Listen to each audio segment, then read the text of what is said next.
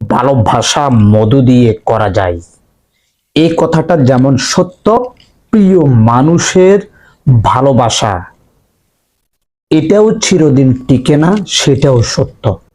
প্রিয় দর্শক বিন্দু, তাই বলি আপনার জীবন থেমে থাকবে না, আপনাকে লড়াই করে যেতে হবে প্রিয় মানুষ, ভালোবাসার মানুষকে আপনার কবজার মধ্যে রাখার জন্য। সেই জন্য আপনাকে বেছে নিতে হবে কোরআনী আমল। কোরআনী আমলের বিকল্প আর কিছুতেই আপনার প্রিয় মানুষকে আপনার মায়া ভালোবাসার বেড়া জালে আবদ্ধ করতে পারবেন না।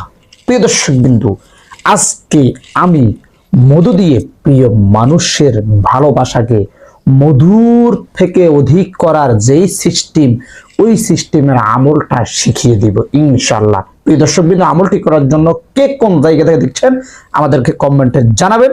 লাইক চিহ্ন দিলে বুঝবেন আপনাকে অনুমতি দেওয়া হয়েছে। চলুন আমরা আমলটি কিভাবে করব। আমলটি করার জন্য প্রথমে ওযু করে নেবেন, তারপরে 1 চা চামচ মধু আপনি সামনে নেবেন, নিয়ে 11 বার দুরূদ শরীফ পাঠ করে আপনি সূরা ফাতিহা 11 বার পাঠ করে 11টি ফু দিবেন। এরপরে ইয়া ওয়াদুদু 100 বার পাঠ করে একটি ফু দিবেন।